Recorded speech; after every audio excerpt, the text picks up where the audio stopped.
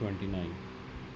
Hadia is managing a research and development project where exact scope of the work is uncertain and changes are likely as the project progresses.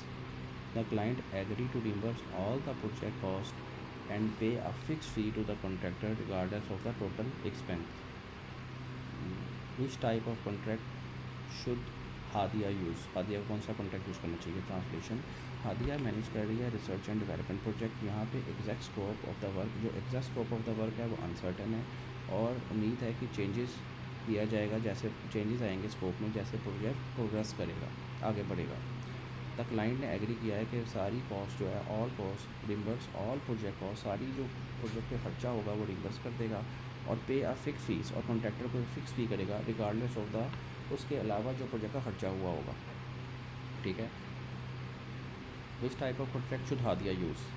I have deliberately added all the similar type of contract questions in a series so that you guys can easily understand the difference between all the contract types. So this question is, यहाँ पे जो बात है, the client reimburse the agree to reimburse all the project costs and pay a fixed fee to the contractor regardless of the total project expense.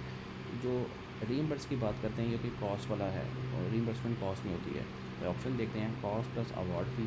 Yes, cost को आपने confuse नहीं हो जाना, कॉस्ट तो है इसमें, रिइंबर्समेंट में कॉस्ट प्लस अवार्ड फी। Award की ऐसी कोई बात नहीं कही, लमसम कॉन्ट्रैक्ट नहीं, क्योंकि लमसम कॉन्ट्रैक्ट में आपने देखा स्कोप फिक्स होता है।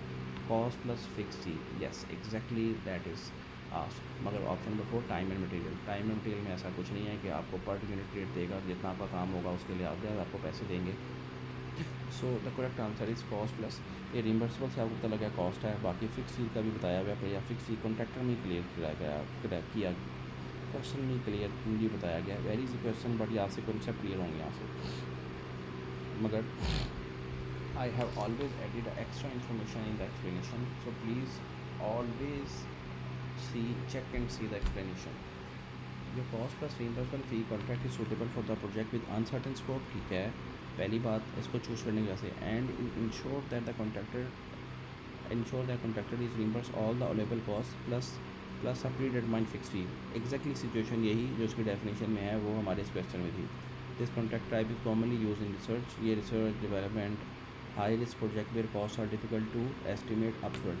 कॉस्ट को जब डिफिकल्ट हो जाता है एस्टिमेट अपफ्रंट करने का, तो जो एक रिस्क कम करने के लिए आप कहते हैं कि इसमें मतलब कि बायर जो होता है, जो सेलर होता है, वो भी थोड़ा सेफ़ हो जाता है, दोनों पार्टी सेफ हो जाती है। कॉस्ट तो आपने देनी देनी है, प्लस आप बता लेते हैं जितना आपका मटेरियल लगेगा वो हमने आपको दे दिया, और प्लस आपके जो काम की वो फिक्स फी हम दे देंगे। अपने सारे मटेरियल को आप रिवर्स करवा लेना जो आपके प्रोजेक्ट्स के रिलेटेड यूज़ होगा, और बाकी आप एक फिक्स फी के देना। तो थैंक यू वेरी मच।